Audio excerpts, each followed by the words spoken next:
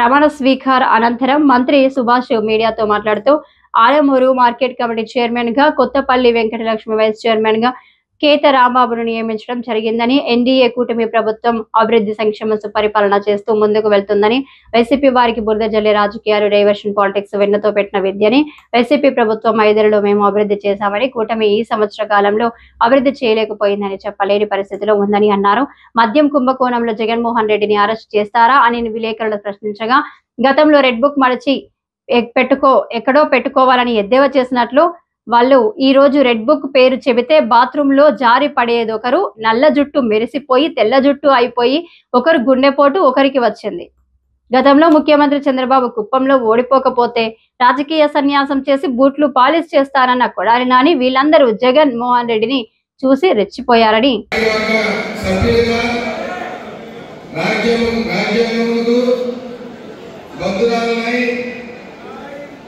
చట్టబద్ధంగా నిస్వార్థంతో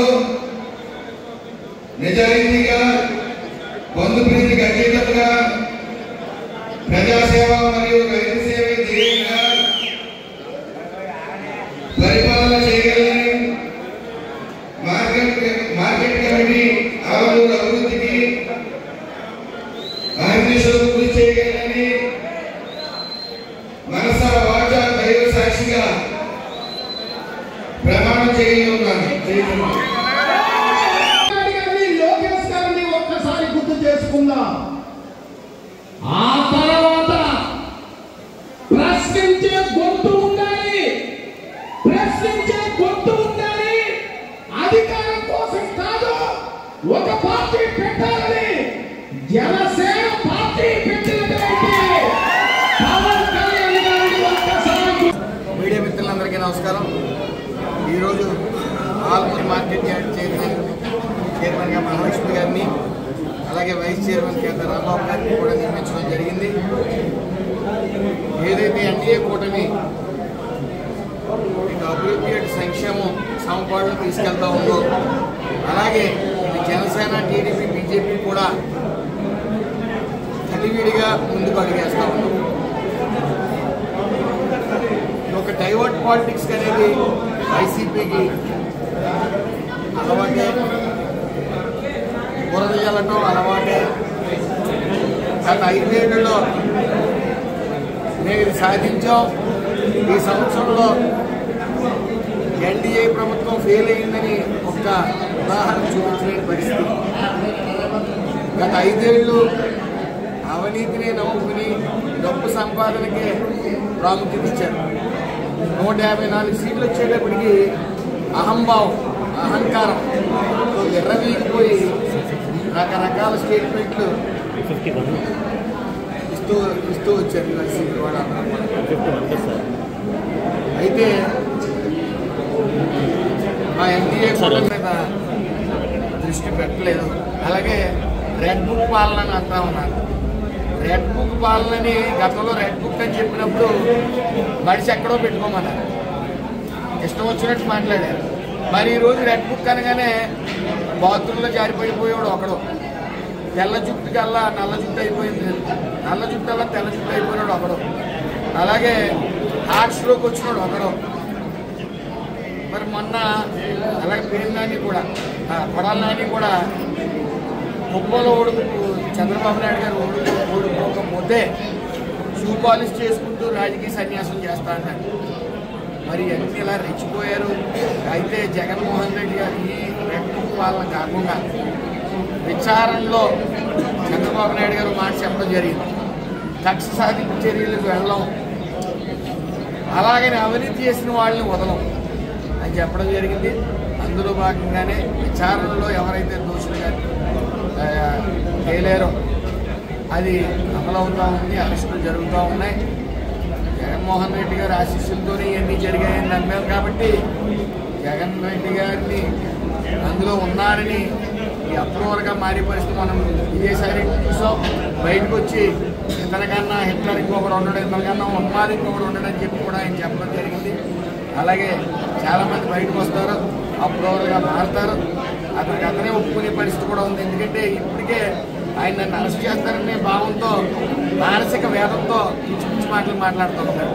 కాబట్టి ఏదేమన్నప్పటికీ చట్టం దాని పని చేసుకుంటా పోతాం తప్ప మేము పూర్తిగా అభివృద్ధి సంక్షేమం వైపు అడుగులు వేస్తూ ఉన్నాం. మేము దాని మీద దృష్టి పెట్టే ఆలోచన మాకు లేదు. చట్టం దాని పని చేసుకుంటాం. అహంభావం అహంకారం అనేది తలకెక్కి మాకు ఇంకా పోటీ లేదు, 30 సంవత్సరాల పాటు మేమే ఉంటాం, హిట్లర్ పాలన చూపిస్తాం అని చెప్పి ఇటు జనసేన కానీ ఇటు టీడీపీని కానీ ఇటు బీజేపీని కానీ ఎవరు జెండా పట్టుకుని తమ పార్టీ యొక్క ప్రచారాలు చేసుకుంటారో వాళ్ళందరినీ కూడా రాచి రంపాలను పెట్టారు. మరి ఈ రోజున తల్లికి వందనం కానీ అన్నా క్యాంటీన్లు కానీ గుంతల రహిత రోడ్డు 1200 కోట్లతో కానీ ఒక్కొక్కటిగా ఏదైతే సూపర్ 6లో హామీలు ఇచ్చో అన్నీ కూడా నెరవేరుతున్నాం. అలాగే ఆగస్టు 15 కూడా మహిళలకు ఉచిత బస్సు కూడా ఇవ్వబోతా ఉన్నాం. అతి త్వరలో అన్నదాత సుఖీభావ రైతులందరికీ కూడా తమ ఖాతాల్లో అమౌంట్ వేయడానికి సిద్ధంగా ఉన్నాం. అయితే ఈ అభివృద్ధి సంక్షేమం చూసి ఓర్వలేక అలాగే ఏ అయితే పెట్టుబడులు వస్తూ ఉన్నాయో రాష్ట్రానికి వాటిని రానివ్వకుండా చేయడానికి జగన్మోహన్ రెడ్డి నాంది పలికారు. రపరపా నరికేయటంలో తప్పే ఉందని, అలాగే పేరు నాని రాత్రి కొనుకొడితే రాత్రి నరికేసి పొద్దున్న పలకరింపులకు వెళ్ళాలని ఇలా ఫ్యాక్షనిజం, ఈ యొక్క రాష్ట్రం ఫ్యాక్షనిజంతో అతలం చేస్తాం. మేము వస్తే మీ గత ప్రభుత్వం గత 5 ఏళ్ళలో ఏదైతే జాకీ కంపెనీ కానీ అమర్ రాజా బ్యాటరీస్ని కానీ కియా సంస్థలు కానీ ఎక్స్పాన్షన్ లేకుండా ఈ రాష్ట్రం నుంచి తరిమి కొట్టారు. అలాగే మళ్ళీ కూడా తరిమి కొడతామని చెప్పే ఉద్దేశంలో కొన్ని మెయిల్స్ భాస్కర్ అనే వ్యక్తి చేత సాఫ్ట్వేర్ ఇంజనీర్ చేత కొన్ని మెయిల్స్ పెట్టి ఇక్కడ పెట్టుబడులు రావద్దు అని చెప్పి వాళ్ళు డ్రామాలు ఆడటం కూడా చూసాం. అలాగే ఈ రోజున లిక్కర్ స్కామ్ తీసుకుంటే మిథున్ రెడ్డి గారు అరెస్ట్ చేయడం జరిగింది A4గా ఉన్నాయి.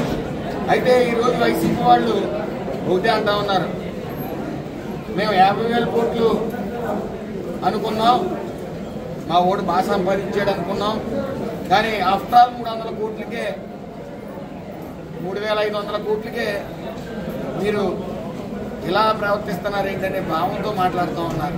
ఏదేమన్నప్పటికీ గత ప్రభుత్వం పూర్తిగా లిక్కర్ ఇసుక మీదే దృష్టి పెట్టి కేవలం డబ్బు పంచి పెడితే ఎలక్షన్స్లో గెలిచేస్తామని చెప్పేసి ఆ డబ్బు విచ్చలవిడిగా కూడా గత ఎలక్షన్లో ఖర్చు పెట్టడం జరిగింది. అయితే ప్రజలు చాలా తెలివైన వాళ్ళు. ఏదైతే గత 5 ఏళ్లలో విజనరీ ఉన్న నాయకుడు చంద్రబాబు నాయుడు గారిని మిస్ అయ్యామనుకున్నారో, అలాగే ప్రశ్నించే గొంతు అనే నినాదంతో పార్టీ స్థాపించిన పవన్ కళ్యాణ్ గారిని మిస్ అయ్యాం, ఆయన అసెంబ్లీకి రానివ్వలేకపోయాం అనే బాధతో దేశంలోనే ఎక్కడా లేని విధంగా ఓటమిని రుచి చూపించారు. అయితే ప్రతిపక్ష హోదా కూడా లేని వాళ్ళు మేము అధికారంలోకి వచ్చేస్తాం అని విర్రవీగుతూ ఉన్నారు. వాళ్ళ అధికారంలో రావటం సర్వకళ.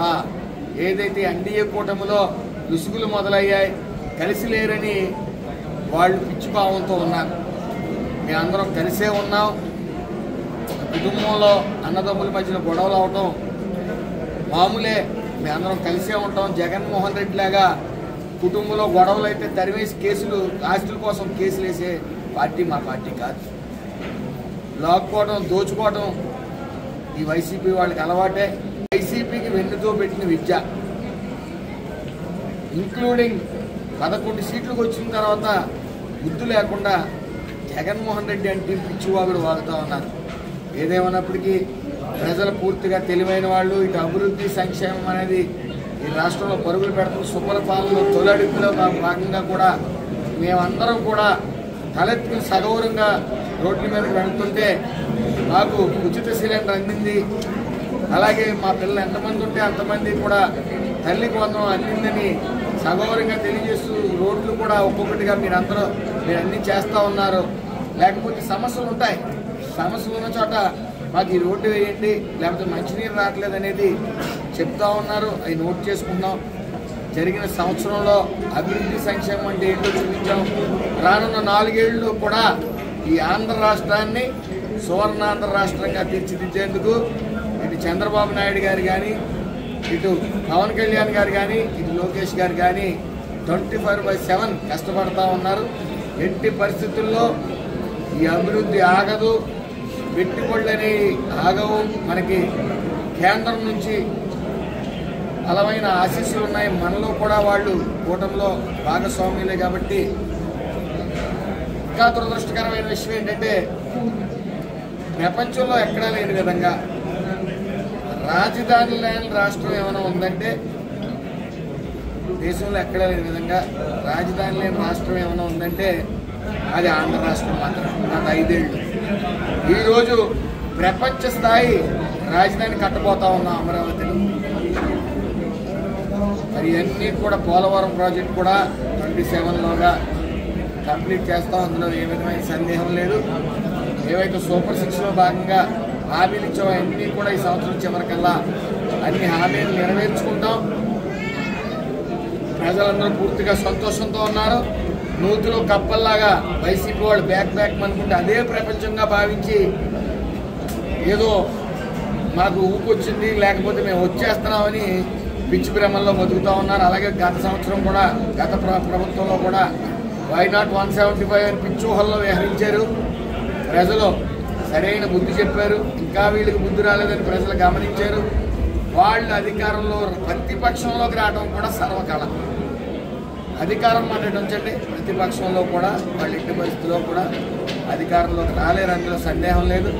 ఈ రోజున ఈ యొక్క రావులపాలెం నియోజకవర్గంలో, కొత్తపేట నియోజకవర్గంలో అనుభవజ్ఞుడైన బండారు సత్యానందరావు గారు కానీ, అలాగే జనసేన ఇన్ఛార్జ్ బండారు శ్రీని గారు కానీ కలిసికట్టుగా కేవలం అభివృద్ధి సంక్షేమం అనేది ముందుకు తీసుకెళ్తా ఉన్నారు.